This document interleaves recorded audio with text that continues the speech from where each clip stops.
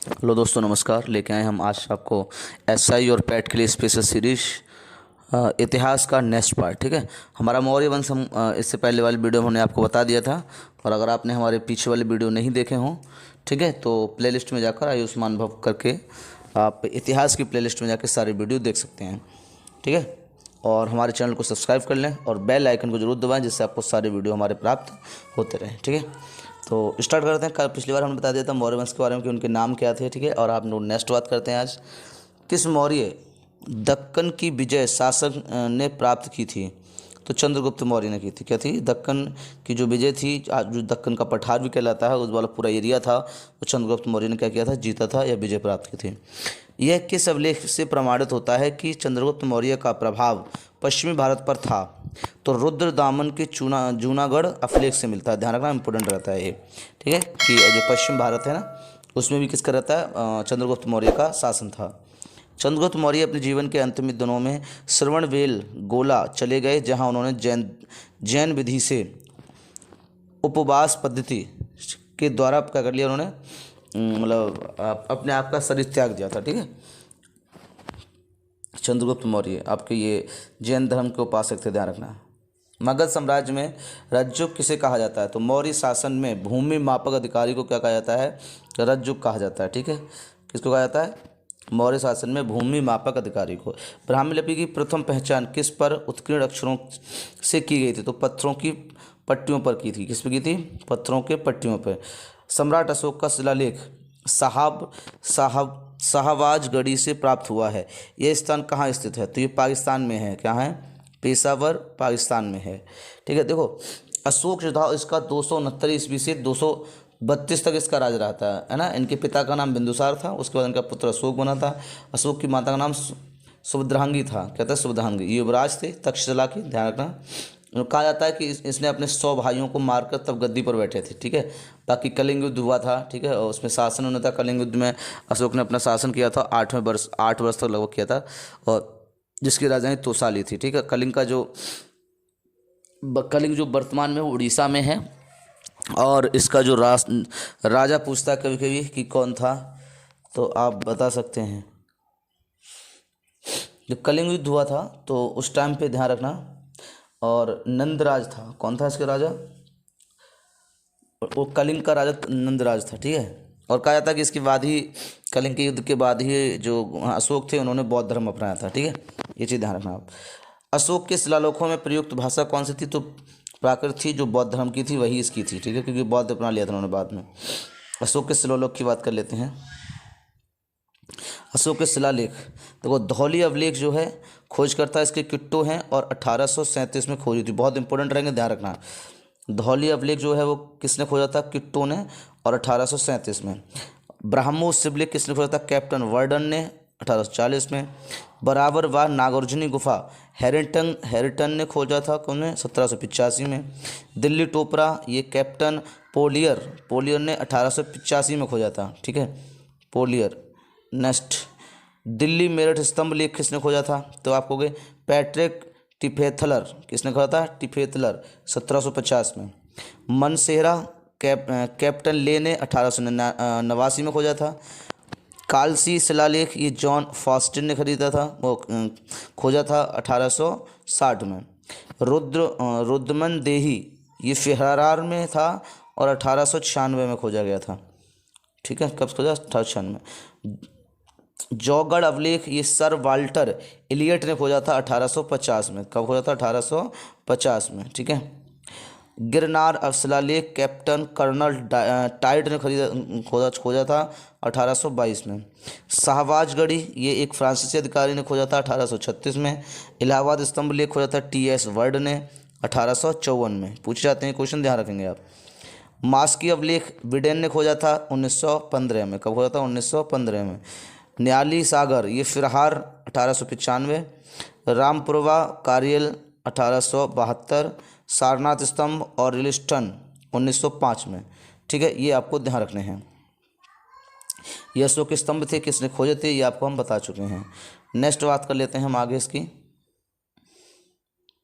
अशोक जो है वो बहुत महान सम्राट माना जाता है, ये आपको ध्यान रखना है। ठीक है, नेक्स्ट बात करते हैं हम लोग।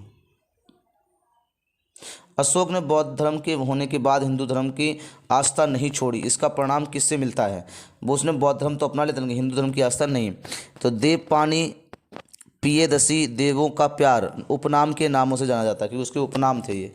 प्राक अशोक ब्राह्मी लिपि का पता किस स्थान से चलता है?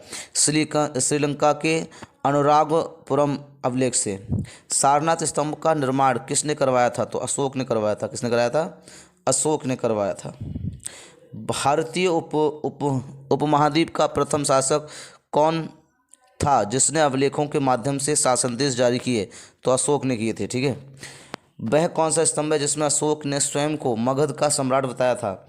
भाब्रू स्तंभ जो राजस्थान का है। कहाँ है? राजस्थान में। ठीक है, ध्यान रखना इसको। ब्राह्मी लिपि में लिखे अशोक के स्तंभों को सर्वप्रथम जेम्स प्रेसेस ने सफलतापूर्वक पढ़ा था। ध्यान रखना किसने? जेम्स प्रिंसेप ने। अशोक के किस अभिलेख में धाम में महामात्रों की नियुक्ति की सूचना मिली है? तो 5वें पद्य अभिलेख में। गुजर्रा लघु शिलालेख कहाँ स्थित है? मध्य प्रदेश के दतिया जिले में है। कहाँ है? मध्य प्रदेश के दतिया जिले में। ठीक है, ध्यान रखना। मौर्य काल में भूमि कर जो किसी राजा की आय का मुख्य स्रोत था, किस अधिकारी द्वारा लगाया जाता था? सीताध्यक्ष। किसके द्वारा? सीता, क्योंकि भूमि जोती जाती है ना, उसके पीछे वाली जो लाइन होती है उसे सीता ही कहा जाता है, तो उसे सीताध्यक्ष कहा जाता था, जो कर लगाया जाता था कृषि पर। मध्य प्रदेश स्थित सांची के स्तूप का निर्माण किस मौर्य शासक ने करवाया था? तो ये किसने कराया था? अशोक ने कराया था। ठीक, ध्यान रखना। मौर्य राजवंश के शासकों को सुदूर देश जैसे सीरिया या मिस्र के साथ राजकीय संबंध थे, इसका भी क्या मिलता है आपको? प्रमाण मिलता है। उत्तराखंड में सम्राट अशोक की शिलालेख की एक प्रति किस स्थान से प्राप्त हुई है? तो कालसी से हुई है। कहाँ से? ये कालसी। प्रसिद्ध यूनानी राजदूत मैक्सिनियस भारत में किसके दरबार में आया था? चंद्रगुप्त मौर्य के आया था। और ये कितने दिन रहा था? 7 साल रहा था। ठीक है, और ये किसका था? सेलुकस का क्या था? राजदूत था। ठीक है, उन्होंने अपनी बेटी हेलेना की शादी किससे कराई थी? चंद्रगुप्त मौर्य से। सीताध्यक्ष ये कृषि विभाग का अध्यक्ष माना जाता था। अकराध्यक्ष ये खानों का अध्यक्ष माना जाता था। लक्षणाध्यक्ष ये मुद्रा विभाग का प्रधान माना जाता था। शुक्लाध्यक्ष व्यापारी कर का प्रधान, जो कर लगाया जाता था उसका प्रधान माना जाता था। मुद्राक्षस पासपोर्ट विभाग का अध्यक्ष माना जाता था। संस्थाध्यक्ष व्यापारिक मार्गों का अध्यक्ष माना जाता था। ठीक है, ये इनको आपको ध्यान रखना, एक क्वेश्चन इनसे पूछ लेता है। ठीक है, नेक्स्ट बात करें। मौर्य काल के व्यापारियों के संगठन को संबुद्ध समत्य और संभार्य तथा व्यापारियों के नेता को सर्ववाह कहा जाता था। ठीक है, ये ध्यान रखना आपको। देखिए, इसमें अशोक की थोड़ी सी चर्चा करते हैं हम लोग। अशोक के बारे में समझ लेते हैं। अशोक ने जो युद्ध लड़ा था वो कलिंग का था, और ये आखिरी युद्ध था उसका। इसमें बहुत हताश हो गया था। ठीक है, और उसके बाद नंदराज जो था उसको हरा दिया था। फिर अशोक ने क्या करा? बौद्ध धर्म अपना लिया था, लेकिन कम से कम उसने 1.5 वर्ष के उपरांत बौद्ध धर्म अपनाया था, लड़ाई के 1.5 साल बाद। ठीक है, और कलिंग का राजा आपको बता चुके हैं हम लोग, नंदराज था। अभी जो कलिंग है वो उड़ीसा में स्थित है। ठीक है, सबसे पहले पूछेगा कि किसने उन्हें बौद्ध धर्म को अपनाने के लिए प्रेरित किया था? तो उनका चचेरा भाई था सुनील, और सुमन है ना, और उनके पुत्र था सुमन। उन्हीं ने धर्म प्रचार के लिए आकर्षित करा था।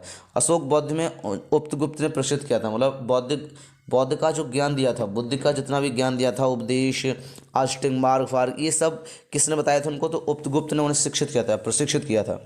अशोक ने कश्मीर में तिस्ता नदी के किनारे श्रीनगर की स्थापना की थी, जिसे हम लोग झेलम कहते हैं। अब ये आपको ध्यान रखना है।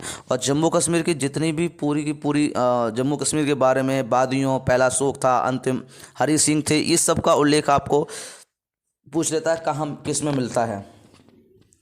तो आप कहोगे कल्हड़ की है राजतरंगिणी, किसकी? कल्हड़ की पुस्तक राजतरंगिणी, उसमें मिलता है। ठीक है, अशोक ने बाद में अपने पुत्र थे जो आपका, उनको वहाँ भेज दिया था, श्रीलंका भेज दिया था। ठीक है, ये सब आपसे पूछे जाते हैं। तो जो संघमित्रा थी और उनका जो पुत्र था महेंद्र, उनको भेजा था। किसको भेजा था? महेंद्र को। ठीक है, इनकी पत्नियों के नाम पूछ लेता है। तो असंघमित्रा थी जो अग्रमहिष पटरानी जो मैन थी इनका कारुबाकी, इनसे पुत्र हुआ था तीवर, इनके पुत्र हुआ था तीवर। किससे? कारुबाकी से। अशोक के अभिलेखों में कारुवती व तीवर का उल्लेख मिलता है। कुछ विद्वानों सर कारुबाकी का नाम ही तिरक्षता था। अशोक बौद्ध धर्म के क्या थे? झुकाव हो गया था उनका। और उनकी पत्नी पद्मावती भी था उनका ना। दिव्यदान जो ग्रंथ है बौद्ध धर्म का, उसमें अशोक की एक और पत्नी का उल्लेख मिला, जिसका नाम क्या है? पद्मावती है। ठीक है, ये आप सबको याद रखना होगा। ये चीज़ें आपसे कभी कभी पूछ लेता है। ठीक है, उनके अभिलेख थे और बहुत बड़ा शासक था, ये आपको पता ही है। अशोक के बाद पूछ लेता कि कौन बना था? इनका पुत्र एक दशरथ था, जो इनकी रानी से हुआ था, ठीक है, इनकी रानियाँ थीं, तो उसमें ये चीज़ें मिलती हैं आपको देखने को, सही है। और अगर पूछे कि अशोक का उत्तराधिकारी कौन बना था, तो दशरथ बना था, ठीक, कौन बना था, दशरथ। और पुराणों के अनुसार मौर्य वंश का अंतिम शासक बृहद्रथ माना जाता है, कौन मानता है, बृहद्रथ, ध्यान रखना, ये बुद्धिहीन माना गया है और इसकी हत्या एक ब्राह्मण ने करनी थी मौर्य वंश के ना, जैसे पुष्पमित्र सुनांग कहा था, और इसकी बात क्या हुआ था, श्वांग वंश की स्थापना हुई थी। तो बृहद्रथ, ध्यान रखना, ये आपके दशरथ का पुत्र माना जाएगा और यही अंतिम था, ठीक है।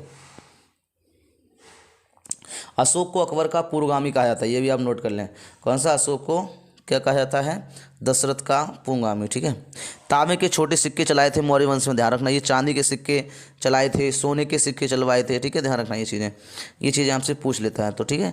और बाकी डिटेल जो है हम आपको लाइव क्लास लेंगे उसमें पूरी बताएंगे, लेकिन आज के लिए हम अपना वीडियो इतना ही रखेंगे।